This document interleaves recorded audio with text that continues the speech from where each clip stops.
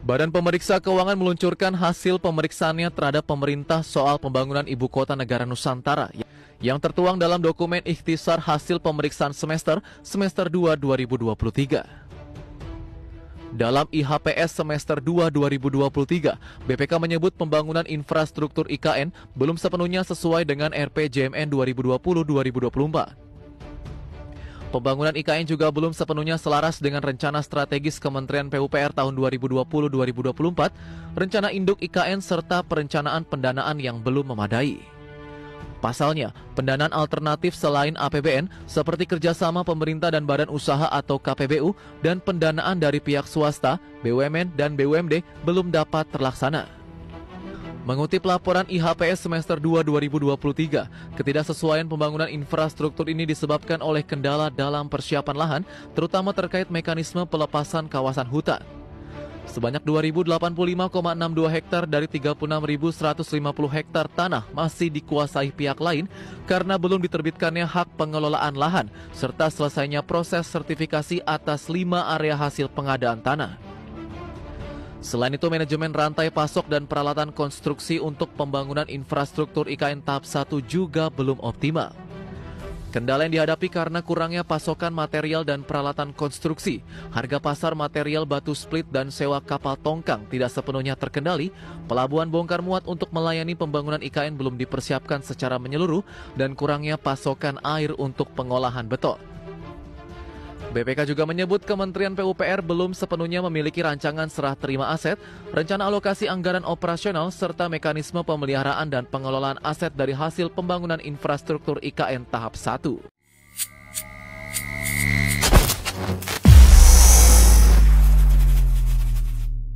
Sahabat semua, kita dengar kemarin Bang Edi, jurnalis senior kita, mengajukan tuntutan pembatalan penetapan Ibu Kota Negara baru ke KPK. Ya, Bang Edi melaporkan ke KPK tentu terkait dengan tindak dugaan korupsi. Kan KPK Komisi Pemberantasan Korupsi. Tentu dalam konteks korupsi di persoalan pemindahan Ibu Kota Negara baru. Karena hari ini kita bicara untuk kepentingan bangsa dan tanah air, bukan bicara untuk kepentingan segelintir manusia, kepentingan seluruh rakyat Indonesia. 276 juta jiwa lebih bangsa Indonesia, rakyat Indonesia.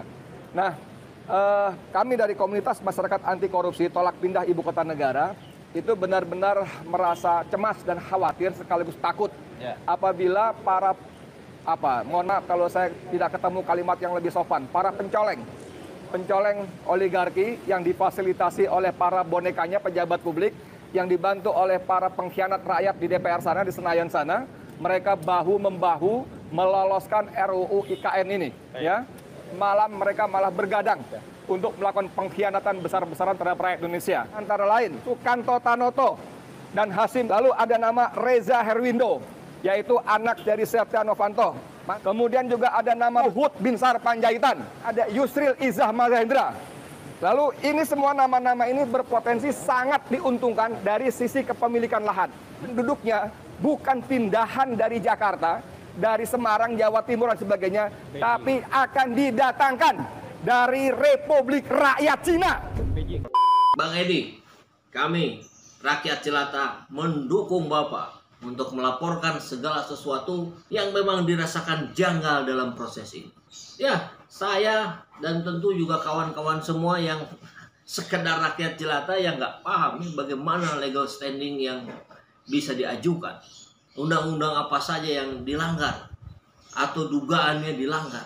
Maka kami hanya bisa mendukung, mensupport dengan doa dan menyebarkan informasi ini ke sebanyak mungkin sahabat kita semua.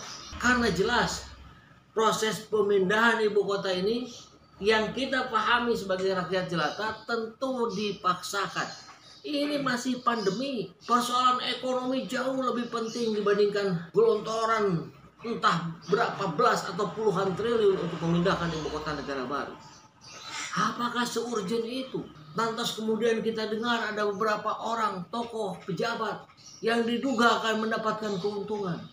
Pak Hasim adiknya Prabowo akan menanggung untung yang besar, katanya begitu ya, dengan menyiapkan bendungan air untuk mensupport air bersih ibu kota negara baru.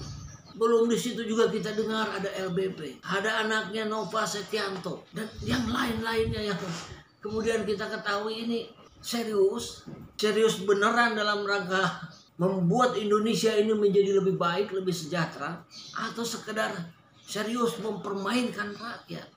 Ini yang harus dijawab. Rakyat kita jelas masih banyak yang sulit cari makan.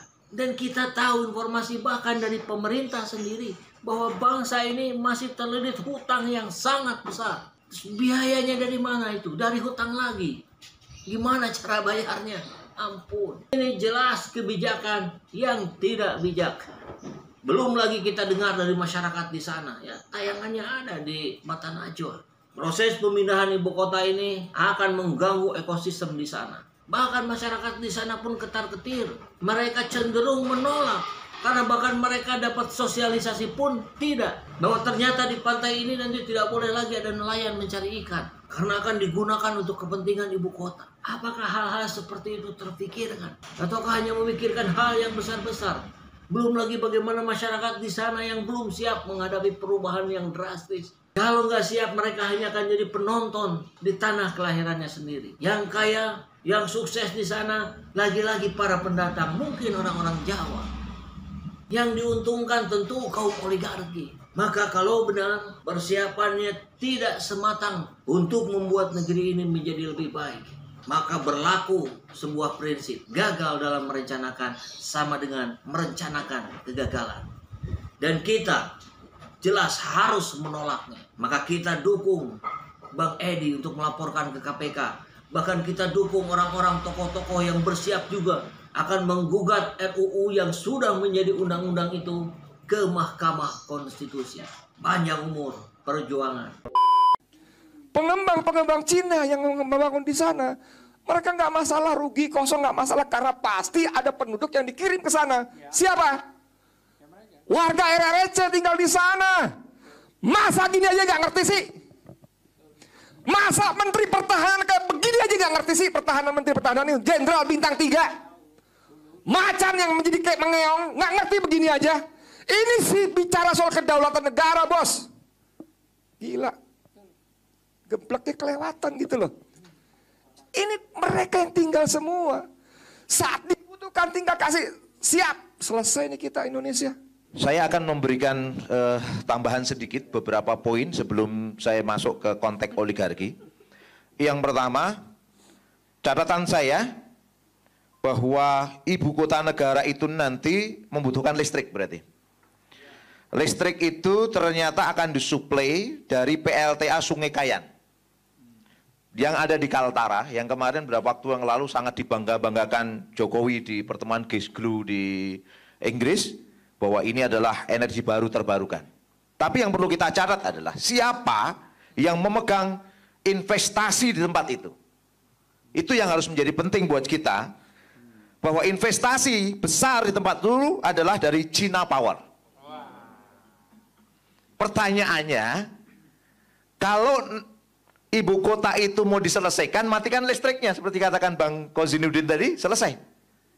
China Power, dan ini yang menyampaikan langsung dari KSP Muldoko. Ya, clear. Silahkan di-searching, akan ketemu PLTA Sungai Kayan. Terus PLTA itu kerjasama dengan KPAU. PLTA Sungai Kayan. Baik, kemudian untuk memberikan info lagi, pertama, tahun 2019, Jokowi menyampaikan satu pidato penting kenegaraan, dan kata-kata yang saya catat penting di situ adalah, dengan ini saya mohon izin untuk memindahkan ibu kota negara kita ke Pulau Kalimantan. Tidak saya izinkan. Ya. Aneh yang saya katakan, konteks apa yang menyebabkan Jokowi kemudian mengatakan demikian? Apa landasannya mengatakan demikian? Apakah telah ada persetujuan antara eksekutif dan yudikatif untuk memindahkan ibu kota ke Kalimantan? Tidak ada. Ini juga pelanggaran hukum, Bang. Nambah-nambah hukum sama sampean ini ya. Nanti perlu dikuatkan lagi saya pikir. Kita bikin laporan lagi. Ya, begitu. Ini pelanggaran hukum berikutnya. Kemudian alasan-alasan yang disampaikan Pak Jokowi. Satu, alasan bencana yang sering menerpa Jakarta. Pertanyaannya, Jakarta sering banjir. Di sana sering banjir nggak? Sering banjir juga. Maksudnya pindah banjirnya di sana. Pindah banjirnya di sana, itu kan. Kemudian yang kedua, pemerataan pembangunan. Ini yang menarik. Data yang saya tulis langsung dari Indef, yang disampaikan langsung oleh Rizal Taufikur Rahman, Head of Center of Macroeconomic and Finance Indef. Dikatakan bahwa ada yang mengatakan bahwa waktu itu kenapa harus pindah ibu kota, karena Jawa itu lebih banyak mendapatkan PDB, sementara di sana lebih rendah. Ya, pemerataan apa yang akan dicapai di sana?